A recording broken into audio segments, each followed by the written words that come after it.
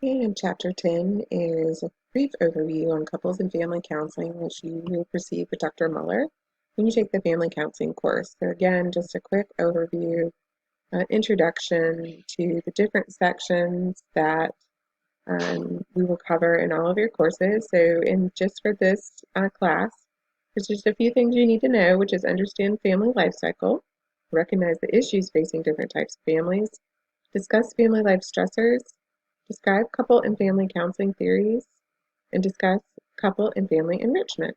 Here's a definition of the family and what constitutes a family, bonds in one way, shape, or form, biologically or psychologically, and the emphasis on fostering the development of the individuals while simultaneously offering structure and stability and protection in the family unit. The family life cycle. So stages a family goes through as it evolves through the years. These stages often parallel and complement the individual life cycle. So in table 9 point, I'm sorry, in 10.1, there are the 9 stages of the family life cycle.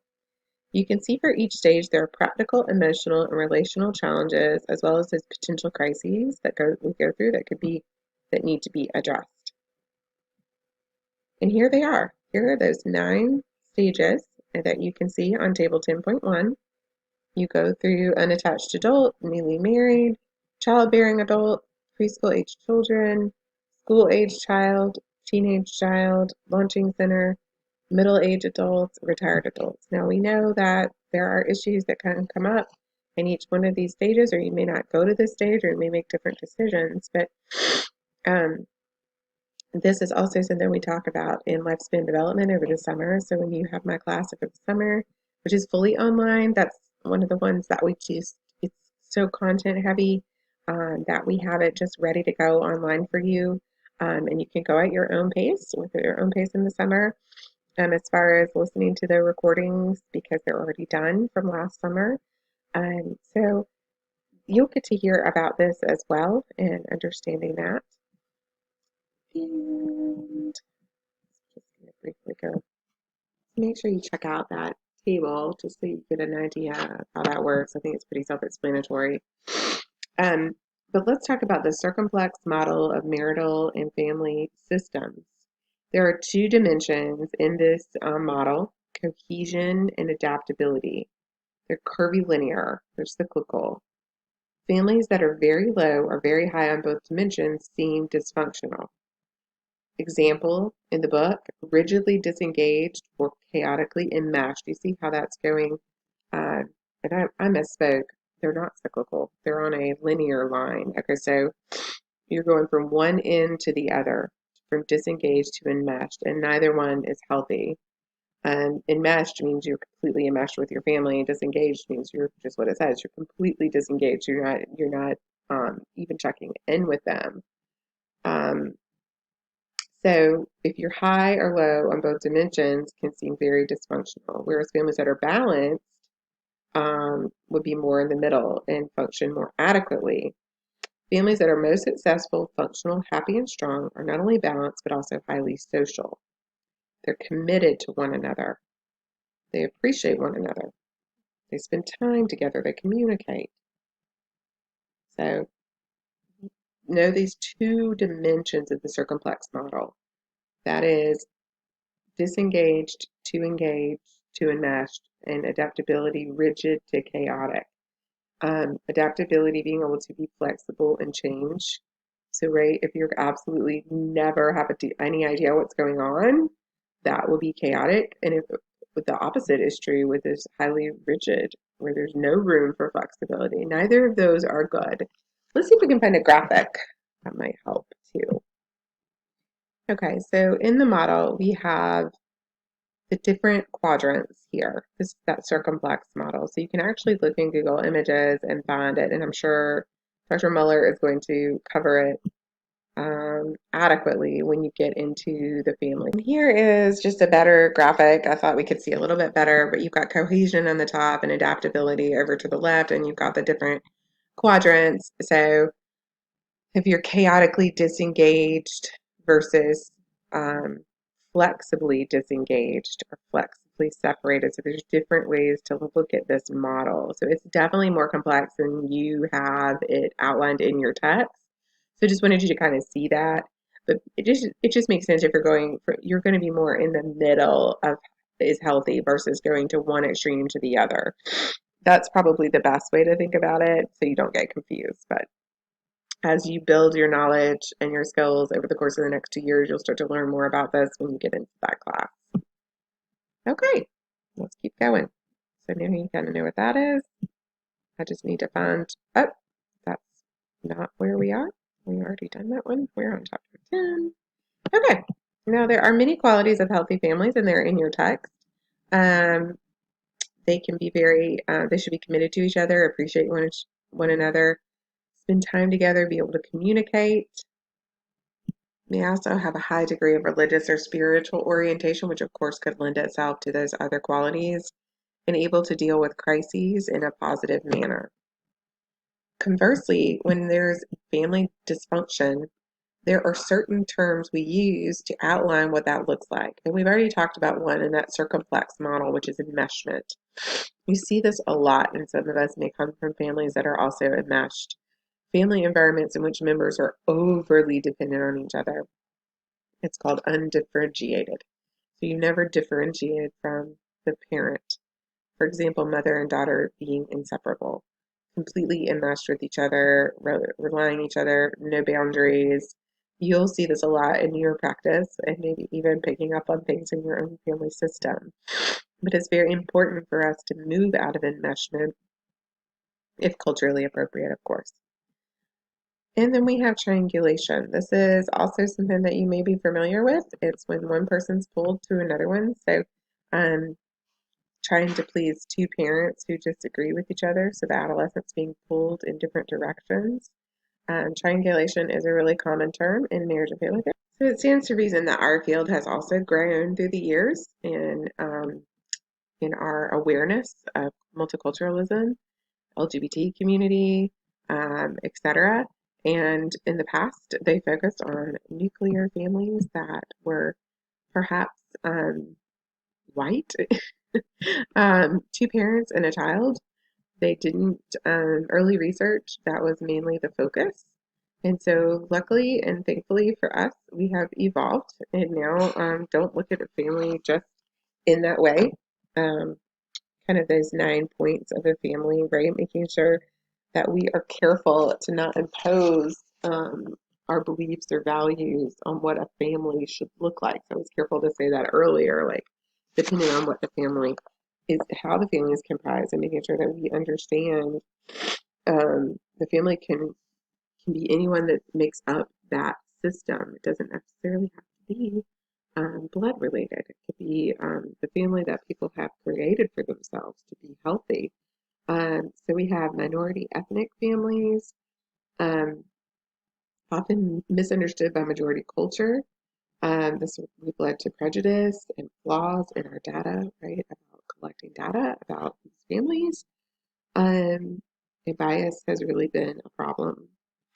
Trend now is to study ethnic families from the perspective of their competencies, social class, and observe family styles, which is why you will notice that I said enmeshment, triangulation, being very careful that those terms are used consistently with the culture that you are working with. There are now dual career families.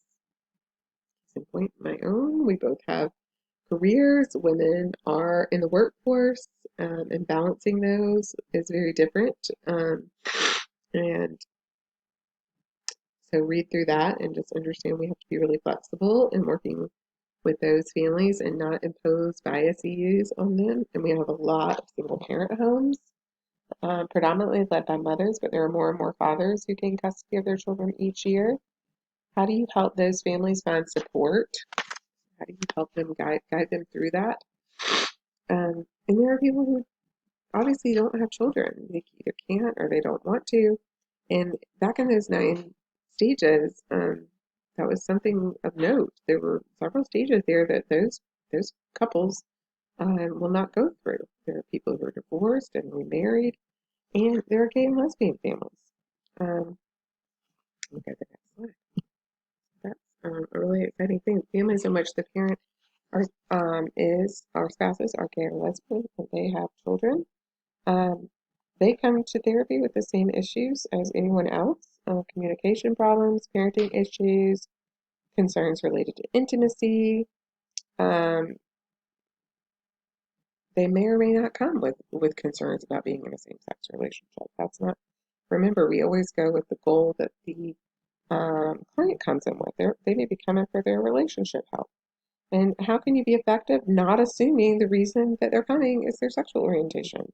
That's a huge no-no for us. So just go ahead and get that in your head. Building awareness of personal prejudice and biases so they are never imposed on the client. Being knowledgeable about the political, social, and legal implications of being from a lesbian or gay family, and being able to refer clients to places of support and community so they can be supported and have um, and feel good about their life and making sure that they feel a part of. There's a lot of research lacking in the needs of these couples. I was really glad, I think, in our last class, McKelly brought that up as a wonderful adjunct to what we're talking about. There's not enough of this in our text. So, um, making sure that we are learning and growing in those areas. It's a great opportunity for some of you to do some research on internalized homophobia, which can affect the counselor and or a couple's family. There's lack of role models in media or in couples' family of origin, resulting in insufficient feedback and validation. So it can be really, really tough. So what do you want to maybe use as feminist and empowerment? The feminist counseling is a lot about empowerment. A lot of the theories are, but that one really is, and that's a really nice one. So I think that's really important that we know what we're doing and how we can support people. We have aging families, people who are in a different stage of life, and they have different issues that they're facing. Um,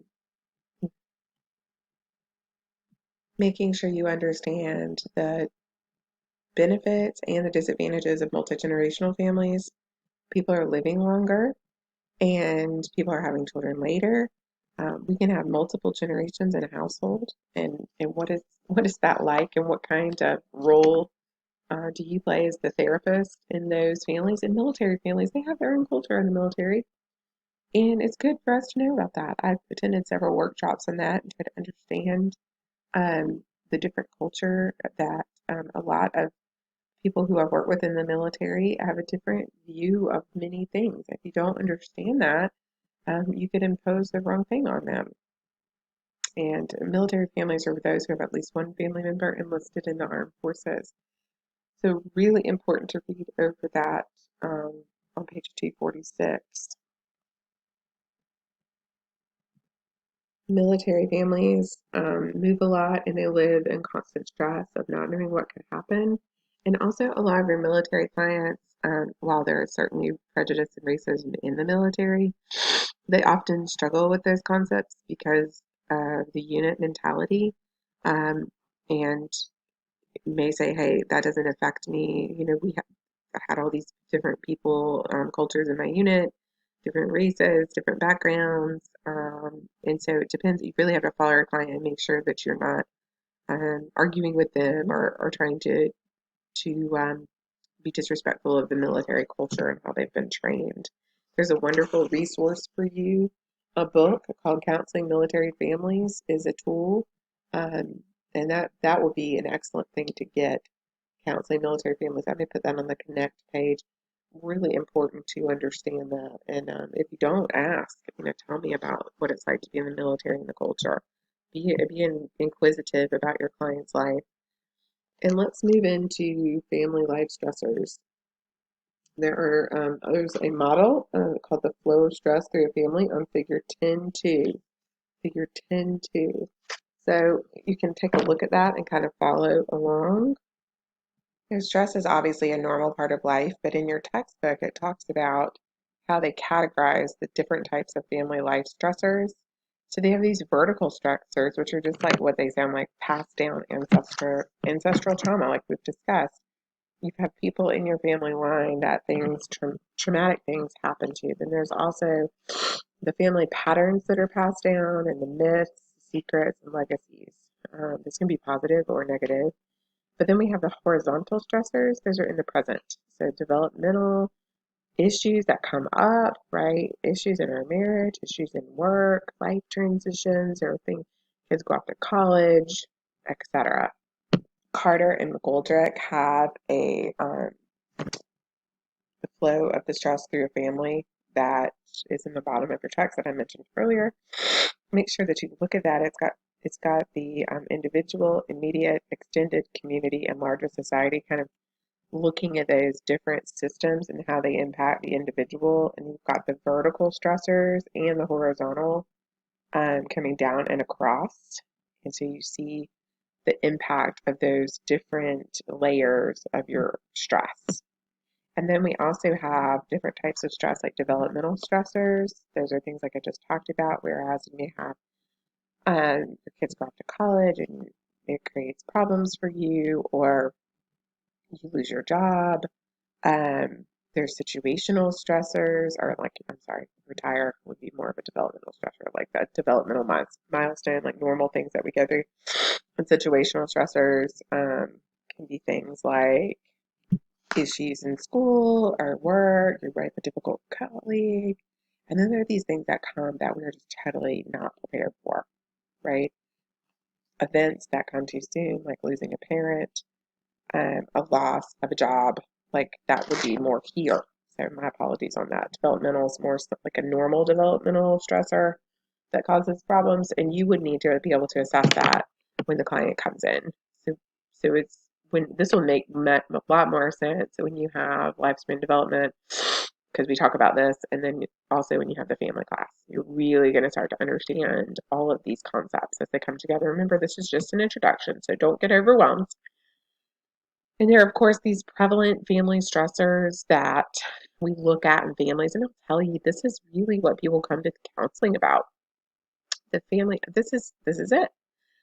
Economics, finances, children's behavior, not spending time together, communication with each other or with children, not having enough time for themselves, which is why we're like self-care, self-care, self-care, family playtime, not enough of that stuff going on.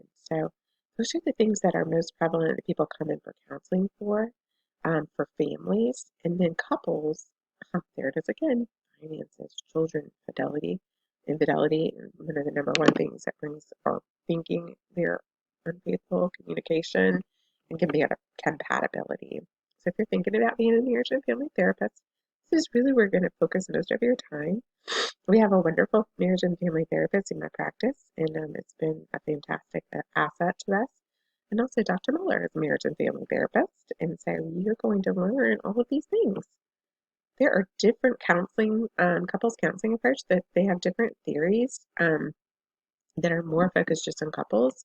So there's psychoanalytic, social learning, Bowen family systems theory. That's something we haven't covered yet in your theories class. Structural strategic theory. So these are two in emotion-focused therapy.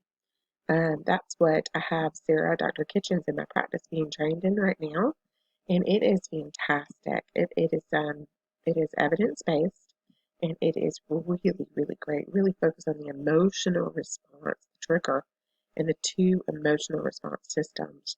Very complex, but those are some that you haven't heard of yet. But here are the different approaches, usually for couples counseling. So you do have some certain approaches you would use for couples. And there are different terms that you need to know.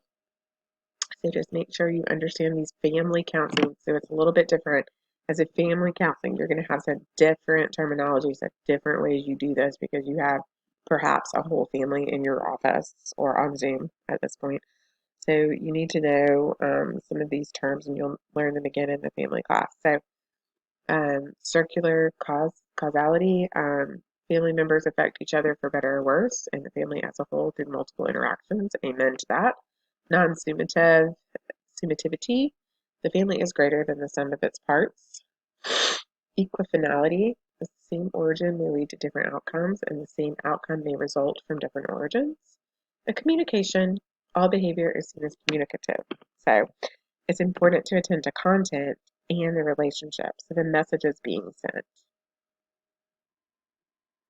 So, as a therapist, when you're looking at these different terms, the first one, that circular causality, every part is affecting the other part as a whole, whether for good or for bad. That non-stimmativity, making sure that you examine the patterns within a family rather than the actions of any specific member alone. So, if you started focusing on just one family member, that wouldn't work because every part contributes to the whole. Equifinality. Um, the family that experiences a natural disaster may become stronger or weaker as a result. Healthy families may have quite dissimilar backgrounds, therefore, the focus of treatment is on the interactional family patterns rather than on particular conditions or events. Communication is very important in this process. You have to look at the content and also at the relationships and what messages are being sent um, through verbal and nonverbal communication. There are family rules, um, both explicit and implicit. They provide expectations about the roles and actions that govern the whole family life. There is a pattern known as redundancy principle that is a predictable set of rules. To help families change dysfunctional ways of thinking, counselors have to help them define and expand the rules under which they're operating. All of you know what I'm talking about from your own family of origin. There's there's these unspoken family rules a lot of times, and you don't even realize it until you grow up sometimes. Morphogenesis is the ability that all of the family to modify its functioning to meet changing demands of internal and external factors. Um, for example, instead of just talking, family members may try new behaviors to get their points across, such as writing or illustrating, like drawing what they're trying to convey, which is a really helpful tool. And then we want to have a stable homeostasis, stable state. Just all of us have a homeostasis. When we're unbalanced, we're out of homeostasis. So other members will quickly try to rectify the situation through negative feedback loops called morphostasis. This model of functioning is similar to a furnace that comes on when a house falls below a set temperature and cuts off once the temperature is reached. Sometimes homeostasis is advantageous in helping a family achieve life goals, but often it prevents the family from moving on to another stage in its development.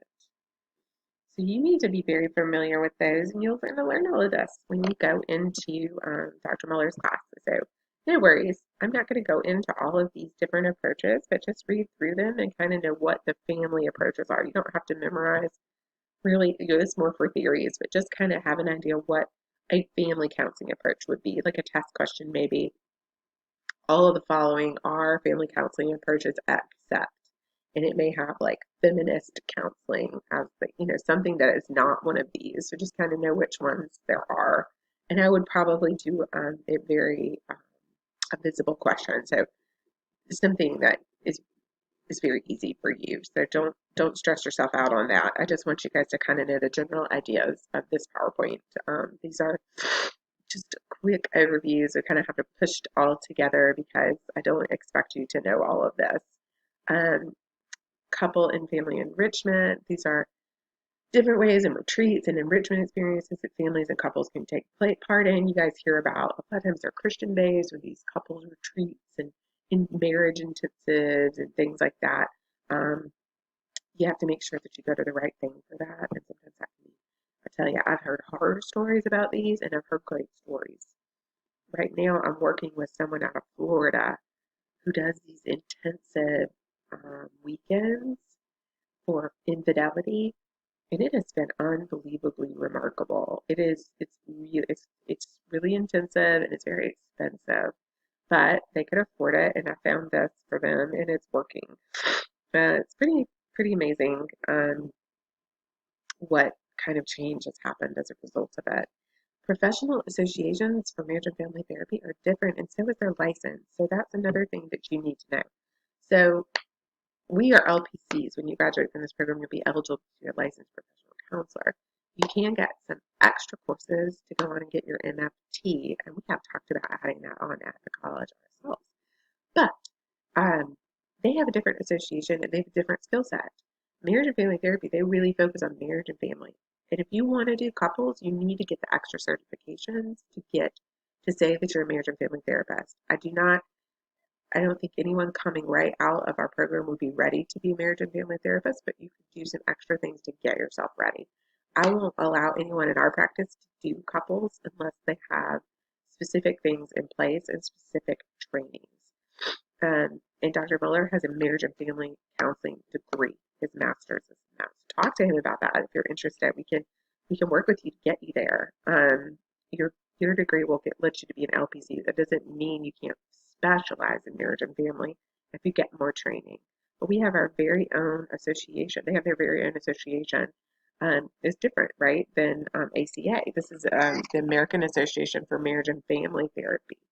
And there's an international association. There's Division 43 for Family Psych, and American Family Therapy Association. So those are different associations. So just kind of know a general idea about couples counseling. I want you to know some things that I might want you to know are the family life cycle, these 9 things, the circumflex model. I may want you to know that. Just a very easy question about um, adaptability and maybe in cohesion would be the questions. And maybe one of these terms, enmeshment triangulation. And also, I may want to talk to you a little bit about the different types of families. Um, a lot of this is going to be common sense, so don't stress too much on that.